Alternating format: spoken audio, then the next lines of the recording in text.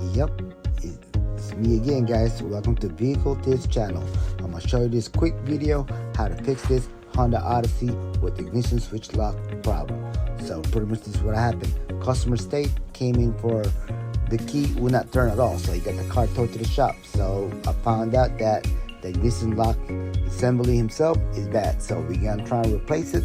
This is what the video is about, guys. So if you have any further question, try and look for the parts or a link where to get the parts at, or how I do this job, or what tools do you need. You could just always comment below on the description, or pretty much I'm trying to help you the best I can and answer your question. And if you have the same problem like this, don't forget that this video we're gonna show you a quick glance, how I did it. It's not the full video himself, but if you do need help, just don't forget to comment below.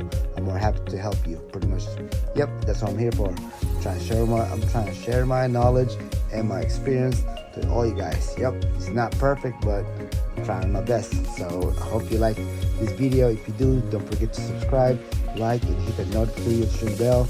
And then I got more video coming eventually. Obviously, you see it. I create a lot of video all the time, so I just want to share my experience to everybody. Yep. So thank you again, man. Enjoy.